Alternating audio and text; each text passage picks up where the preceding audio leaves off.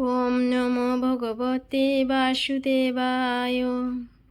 নমস্কার প্রিয় বন্ধুরা, জিএস মোটিভেশন বেঙ্গলি চ্যানেলে আপনাদের স্বাগত। গীতার এই 10টি উপদেশে মিলতে পারে অবসাদমুক্ত জীবন।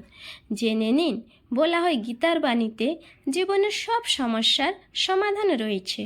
কুরুক্ষেত্রের যুদ্ধে অর্জুনকে এই উপদেশ দিয়েছিলেন শ্রীকৃষ্ণ। গীতার কয়েকটি বাণী নিয়ে আজ আলোচনা করব আমরা। অতীত এবং ভবিষ্যতের চিন্তা করা উচিত নয়, কারণ যা হওয়ার তাই হবে। যা হয় ভালোর জন্যই হয়, তাই অতীত ও ভবিষ্যতের চিন্তা ছেড়ে বর্তমানে বাঁচতে শেখা উচিত। কুরুক্ষেত্রের যুদ্ধে অর্জুনকে গীতার উপদেশ দিয়েছিলেন শ্রীকৃষ্ণ। সেই উপদেশগুলি আজকের যুগেও প্রাসঙ্গিক এবং উপযোগী। শ্রীমদ্ ভগবদ গীতার কিছু জ্ঞান যদি ব্যক্তি নিজের জীবনে আত্মসাৎ করে নিতে পারে, তাহলে ব্যক্তি সমস্ত কষ্ট থেকে মুক্তির পথ খুঁজে পাবে। এর ফলে অবসাদমুক্ত জীবনযাপন করতে পারবে ব্যক্তি। এখানে এমন 10টি উপদেশ সম্পর্কে জানানো রইল, যা প্রত্যেক ব্যক্তিকে নিজের জীবনে মেনে চলা উচিত। 1. বর্তমানে বাঁচতে শেখো। অতীত এবং ভবিষ্যতের চিন্তা করা উচিত নয়, কারণ যা হওয়ার তাই হবে। যা হয় ভালোর জন্য হয়, তাই অতীত ও ভবিষ্যতের চিন্তা ছেড়ে বর্তমানে বাঁচতে শেখা উচিত। 2. আত্মভাবে থাকাই মুক্তি নাম। পদ, প্রতিষ্ঠা, ধর্ম, স্ত্রী বা পুরুষ আমরা নই। এই শরীরও আমাদের নয়। অগ্নি, জল, বায়ু, পৃথিবী, আকাশ দিয়ে এই শরীর নির্মিত। অবশেষে এই পঞ্চভূতেই বিলীন হবে, কিন্তু আত্মা স্থির। আমরা আত্মা। আত্মা কখনো মরে না। আত্মার জন্ম বা মৃত্যু হয় না। আত্মভাবে থাকাই মুক্তি। 3. সমস্ত কিছুই পরিবর্তনশীল। পরিবর্তন সংসারের নিয়ম। এখানে সমস্ত কিছু পরিবর্তনশীল, তাই সুখ দুঃখ, লাভ ক্ষতি, জয় পরাজয়, মান অপমান ইত্যাদির মধ্যে একটি স্থানে অবস্থিত থেকে জীবন উপভোগ করা উচিত। 4. রাগ শত্রুর সমান। নিজের রাগ নিয়ন্ত্রণে রাখুন। রাগের ফলে ভ্রম সৃষ্টি হয়।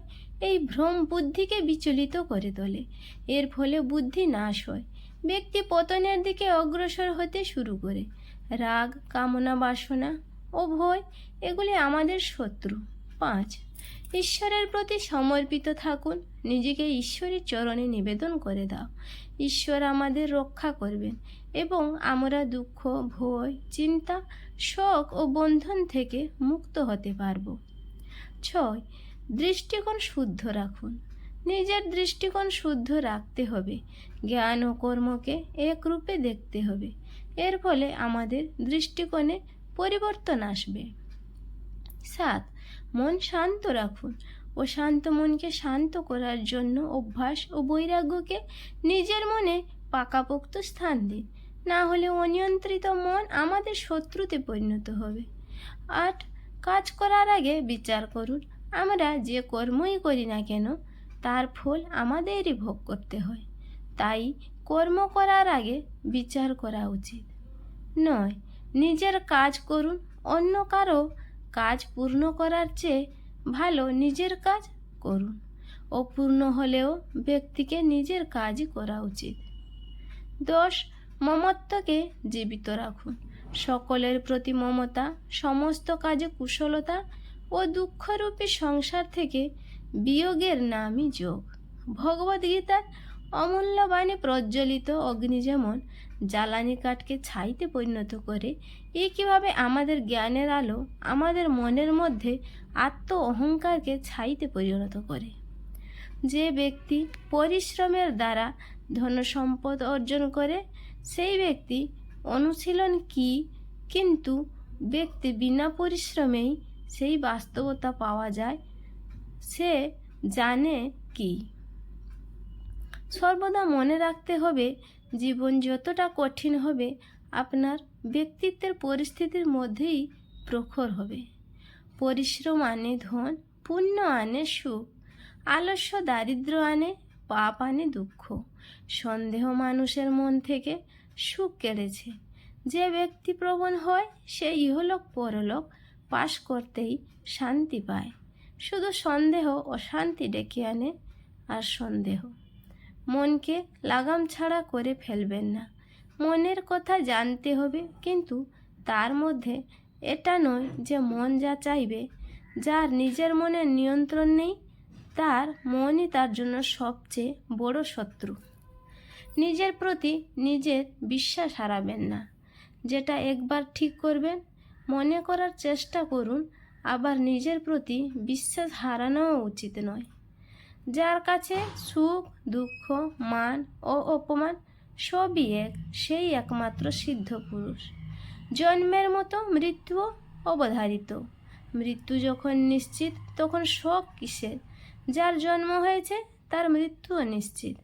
যখন কোনো ব্যক্তি তার লক্ষ্যকে প্রাপ্ত করে তখন তার জীবনের সব দুঃখ ঘুচে যায় এবং নতুন আনন্দ ও ভরে যায় মনে। তোমার মন তোমার সব থেকে ভালো বন্ধু বা সব থেকে বড় হতে পারে। তাই ধ্যান এবং আত্মপ্রমাণের মাধ্যমে তোমার মনে মনে আধিপত্য স্থাপন করতে হবে, তবে তুমি সফল হবে।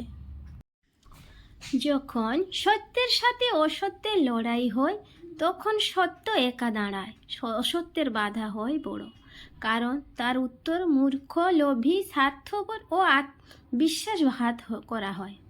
যে সব ইচ্ছাকে ছেড়ে দেয় এবং আমি ও আমার এই লালসাপূর্ণ ভাবনা থেকে মুক্তি পাওয়া যায়, সেই চেষ্টাই শান্তি লাভ করে। জগতে যখন ধর্মের অনিষ্ট হয়, অধর্ম বৃদ্ধি পায়, তখন ধর্মের প্রয়োগের জন্য আমি পৃথিবীতে বারবার আসি। প্রতিশোধ নেওয়ার প্রয়োজন নেই, শুধু প্রতীক্ষা করো। যারা তোমাকে আঘাত দিয়েছে সময় মতো তারা নিজেই ঘূর্ণিপাকে পড়বে। তুমি ভাগ্যবান হলে নিজের চোখেই তাদের পতন দেখতে পাবে।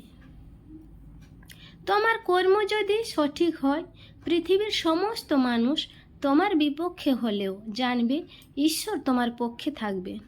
সঞ্চিত সম্পত্তি সম্বন্ধে চিন্তা বন্ধ করুন। খালি হাতেই আপনি জন্মেছিলেন এবং সেই অবস্থাতেই আপনি এই পৃথিবী ছেড়ে চলে যাবেন। মৃত্যুর পর আপনি আপনার সাথে কোনো পার্থিব সম্পদ বয়ে নিয়ে যেতে পারবেন না। যতক্ষণ না আমরা আমাদের কষ্ট থেকে শিক্ষা না গ্রহণ করছি, কষ্টের পথ কখনো শেষ হবে না। হরে কৃষ্ণ, রাধে রাধে। ভিডিওটি যদি ভালো লেগে থাকে লাইক, কমেন্ট এবং সাবস্ক্রাইব করে রাখবেন। হরে কৃষ্ণ।